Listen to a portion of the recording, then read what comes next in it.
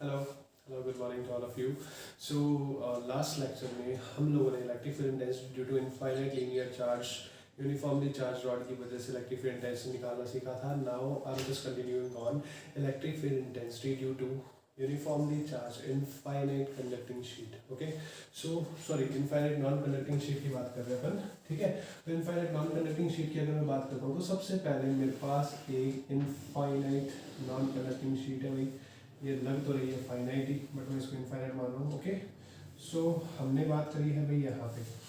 अब मैंने बोला कि भाई ये इनफाइनाइट नॉन कंडक्टिंग शीट है, इनफाइनाइट नॉन कंडक्टिंग शीट है, तो भाई मैं इसको यूनिफॉर्मली चार्ज कर रहा हूँ। यूनिफॉर्मली चार्ज की बात करी थी हम लोगों ने। ठीक है, तो ये uniformly charge non conducting sheet है, पॉजिटिव पॉजिटिव पॉजिटिव इस तरह से। ठीक है, तो सबसे पहले मुझे क्या निकालनी पड़ेगी, मुझे शीट की वजह से मुझे इलेक्ट्रिक फील्ड इंटेंसिटी की डायरेक्शन निकालनी पड़ेगी। ओके, तो सबसे पहले अपन डायरेक्शन की बात करते हैं। डायरेक्शन की बात कैसे करेंगे, तो लेट अस कंसीडर कि ये एक इनफाइनाइट नॉन कंडक्टिंग शीट है और इसकी जो sigma coulomb per metre square जो है इसकी सरफेस चार्ज डेंसिटी है। मैंने क्या किया, मैंने यहाँ से इस वाले पॉइंट पर मुझे इलेक्ट्रिक फील्ड इंटेंसिटी की कैलकुलेशन करनी है, तो मैंने यहाँ से एक पर्टिकुलर एल डिस्टेंस पे मैंने एक इनफाइनाइट साइमल एरिया माना है और जिसको मैंने बोला है डी ए। ठीक है, इसकी वजह से इलेक्ट्रिक फील्ड इंटेंसिटी इस वाले डायरेक्शन में होगी भाई, कितनी होगी डी ई। क्यों, क्योंकि स्मॉल एरिया है डी ए है, तो ऑब्वियस सी बात है यहाँ पे डी क्यू चार्ज आएगा। सेम डिस्टेंस एल डिस्टेंस यहाँ पे, एल डिस्टेंस यहाँ पे भी मैंने इनफाइनाइट साइमल एरिया डी ए बहुत ही ज़्यादा छोटा एरिया लिया है। यहाँ से अगर मैं इलेक्ट्रिक फील्ड इंटेंसिटी की बात करूँ तो क्या इस वाली डायरेक्शन में डी ई आएगी। ठीक है, so if this angle is alpha and this angle is alpha alpha, तो हम क्या कर सकते हैं, हम इसको रिजॉल्व कर सकते हैं। यहाँ पे ये अल्फा हो गया और ये अल्फा हो गया। क्या इस डी ई को अगर मैं यहाँ पे रखूँ तो क्या डी ई कॉस अल्फा इस वाली डायरेक्शन में आएगा, डी ई साइन अल्फा जो है वो इस वाली डायरेक्शन में आएगा, डी ई इस वाली की वजह से यहाँ पे एक और डी ई कॉस अल्फा आएगा। ठीक है, और इस वाले डायरेक्शन में डी ई साइन अल्फा आएगा। इससे ये पता लगता है कि जो vertical components of the electric field intensity है, तो वर्टिकल कंपोनेंट जो है वो कैंसिल आउट हो रहे हैं और हॉरिजॉन्टल कंपोनेंट जो है वो इस वाले डायरेक्शन में ऐड हो रहे हैं। इससे हमें ये पता लगता है कि जो भी direction of electric field intensity होगी वो always perpendicular to the surface होगी। Is that clear? तो भाई परपेंडिकुलर टू द सरफेस की बात हो रही है। अच्छा जी, हमें पता लगा परपेंडिकुलर टू द सरफेस ये वाली बात होगी। ठीक है, तो अब मैं क्या करूंगा, मैंने ये वाला डायग्राम बनाया था सिर्फ और सिर्फ डायरेक्शन शो करने के लिए। वर्टिकल कंपोनेंट जो है कैंसिल आउट हो गए, हॉरिजॉन्टल कंपोनेंट जो है ऐड हो गए, तो क्या हमारी इलेक्ट्रिक फील्ड इंटेंसिटी इस वाले डायरेक्शन में आएगी। यहाँ से पता चलता है परपेंडिकुलर टू द शीट होगी। ठीक है, अब मैंने क्या किया मैंने इस वाले को गॉसियन सरफेस के अकॉर्डिंग मुझे गॉसियन सरफेस बनानी है। ठीक है, तो मैंने क्या किया, मैंने एक डायग्राम और बनाया, तो भाई इस तरह से मैंने डायग्राम बना दिया है यहाँ पे। ठीक है, तो भाई अगर मैं बात कर लेता हूँ यहाँ पे, देखो भाई ध्यान से, तो यहाँ पे अगर मैं बात कर लेता हूँ तो क्या यहाँ पे गॉसियन सरफेस की बात करूँगा मैं, तो मैंने इस तरह से सिलिंड्रिकल गॉसियन सरफेस बनाई है। क्यों, क्योंकि गॉसियन सरफेस मैं अपनी मर्जी से कैसे भी जैसे भी मुझे अच्छी लगे, ठीक है, या जैसे भी सुटेबल अकॉर्डिंग टू प्रॉब्लम, तो वो बना सकता हूँ। तो मैंने यहाँ पे सिलिंड्रिकल गॉसियन सरफेस बना ली है। ठीक है, इस तरह से मैंने सिलिंड्रिकल गॉसियन सरफेस बना ली है। यहाँ पे positive positive positive positive positive हर जगह पे दे रखा है। ठीक है, इस तरह से दे रखा है। अब ये वाला जो पोर्शन है, यहाँ पे जो चार्ज है, इस वाले पोर्शन का एरिया मैंने एस ले लिया। क्या ले लिया, एस। तो इसका भी एरिया कितना होगा, एस। इसका भी एरिया कितना होगा, एस होगा। ठीक है, कोई दिक्कत वाली बात नहीं है। इसको थोड़ा सा ठीक कर देता हूँ भी, यहाँ पे अब ठीक लग रहा है। ठीक है, तो इस तरह से हमने बात करी है। अब वही गॉसियन सरफेस की बात कर ली। आपको पता है इलेक्ट्रिक फील्ड इंटेंसिटी डायरेक्शन इस वाली सरफेस के लिए इस वाली डायरेक्शन में आएगी, तो यहाँ पे इलेक्ट्रिक फील्ड इंटेंसिटी डायरेक्शन ये वाली है। इस वाली सरफेस के लिए इलेक्ट्रिक फील्ड इंटेंसिटी डायरेक्शन ये वाली है। ठीक है, और इस वाली सरफेस के लिए मैं बोल रहा हूँ ये थर्ड सरफेस है, ये फर्स्ट सरफेस है, तो इसको मैं S1 बोल दूँ। ठीक है, इसको मैं S2 बोल दूँ, और यहाँ पे जो कर्व सरफेस आएगी दैट इज S3। ठीक है, अब S3 के लिए एरिया वेक्टर जो है वो इस वाले डायरेक्शन में है, S3। ठीक है, यहाँ पे ये वाला जो एरिया वेक्टर है वो इस वाले डायरेक्शन में, यहाँ पे ये वाला जो एरिया वेक्टर है वो इस वाले डायरेक्शन में है। मैंने आपको पहले ही कहा था कि एरिया वेक्टर जो हमेशा होता है वो always perpendicular to the surface होता है। ठीक है, तो परपेंडिकुलर टू द सरफेस होता है, तो भाई यहाँ पे ये वाली बात कर ली। अब हमें क्या पता है, हमें ये पता है कि फ्लक्स की बात करेंगे तो phi is equals to integral of close integral of E dot d s होने वाला है।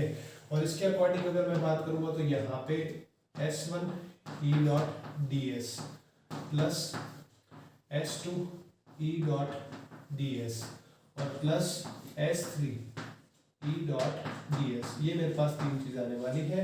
और यहाँ पे अगर मैं बात करूंगा तो S1 की बात करता हूँ बच्चों, तो क्या यहाँ पे इलेक्ट्रिक फील्ड इंटेंसिटी इस वाली डायरेक्शन में, एरिया वेक्टर इस वाली डायरेक्शन में है, तो क्या दोनों के बीच में एंगल जो होगा वो एंगल कितना होगा, एंगल होगा cos थीटा, ठीक है, और angle theta equals to 0 degree होगा, यस और नो, बिल्कुल सही बात है। E डॉट डी एस की बात हो रही है तो E D S cos theta, cos 0 की वैल्यू कितनी 1, ठीक है। तो क्या मैं यहाँ से इस तरह से लिख सकता हूँ इसको E, और यहाँ पे जो भी बात करूंगा क्या ds, तो ऑब्वियस सी बात है ds का इंटीग्रेशन आ जाएगा यहाँ पे, प्लस s2 वाली सरफेस है तो क्या E ds, यहाँ पे भी ds का इंटीग्रेशन आ जाएगा, ठीक है। केवल मैग्नीट्यूड की बात हो रही है, ठीक है, सिर्फ और सिर्फ किसकी बात हो रही है, मैग्नीट्यूड की बात हो रही है। क्यों? क्योंकि E डॉट ds को अगर मैं ओपन करता हूँ तो यहाँ पे E ds cos थीटा आएगा, इज दैट क्लियर और नॉट। E क्या होगा यहाँ पे, मैग्नीट्यूड की बात कर रहा हूँ सिर्फ और सिर्फ मैग्नीट्यूड, कहीं ऐसे मत बोल देना सर ये वाली इस वाली डायरेक्शन में electric field intensity is a vector quantity, negative लगाओ सर, नेगेटिव की बात नहीं है क्योंकि बेटा cos थीटा जो है, थीटा की वैल्यू कितनी आ रही है, 0 आ रही है। यहाँ पे एरिया वेक्टर भी इसी डायरेक्शन में, अगर इलेक्ट्रिक फील्ड इंटेंसिटी इस वाले डायरेक्शन में है तो, ठीक है, तो यहाँ पे कोई नेगेटिव नहीं आने वाला, यहाँ पे एडीएस हो जाएगा। S3 के लिए बात करते हैं, क्या यहाँ पे इस वाले पॉइंट पे क्या इलेक्ट्रिक फील्ड इंटेंसिटी की डायरेक्शन तो यहीं पर है, इसी डायरेक्शन में है, 90 डिग्री हो गया, cos 90 की वैल्यू कितनी होती है, 0 होती है, ठीक है। अब ds इंटीग्रेशन, तो इसका पूरा एरिया मैंने कितना माना था, मैंने इस पूरे का एरिया s माना था, ठीक है, इसका भी s है, इसका भी s है और इसका भी s है, क्योंकि है तो एक पाइप ही ना, सिलिंड्रिकल गॉसियन सरफेस है, सिलिंड्रिकल गॉसियन सरफेस का जो एक फेस होगा पूरा का पूरा जो गोलाई होगी वो तो सेम ही रहेगी ना, ठीक है, इसलिए इसका सरफेस एरिया जो है सेम रहेगा, ठीक है। मैंने बोला ई एस प्लस मैंने बोला ई एस, ठीक है, तो फाइव इज इक्वल्स टू, यहाँ पे phi total is equals to कितना हो गया, ट्वाइस ऑफ ई एस। मैंने इक्वेशन नंबर 1 इसको बोल दिया, चलो ठीक है, बोल दिया तो बोल दिया, कोई दिक्कत वाली बात नहीं है, ठीक है।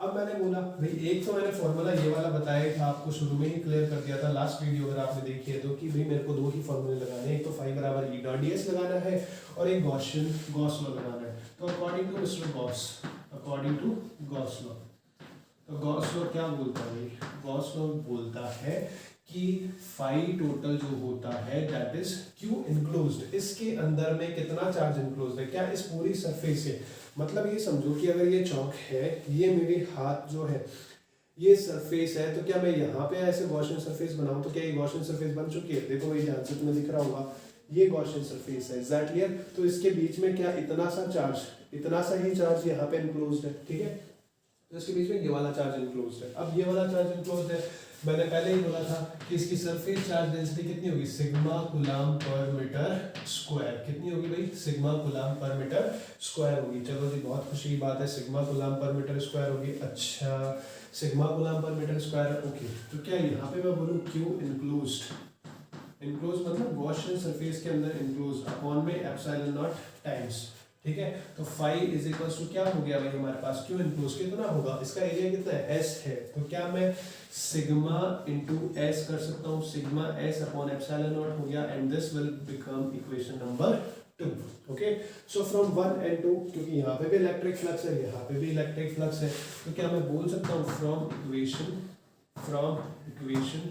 1 and 2, अगर मैं 1 and 2 की बात करता हूँ तो यहाँ से मेरे पास कितना आएगा 2es, तो this will become 2es equals to sigma s upon epsilon naught, s से s यहाँ पे कैंसिल आउट हो गया, e इज इक्वल्स टू कितना आ गया मेरे पास, sigma upon twice of epsilon naught, yes और नो, बिल्कुल सही बात है।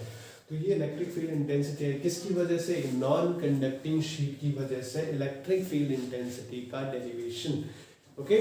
सो आई होप आप लोगों को समझ में आया होगा, ठीक है, okay. So thank you very much for this video, okay, have a nice day.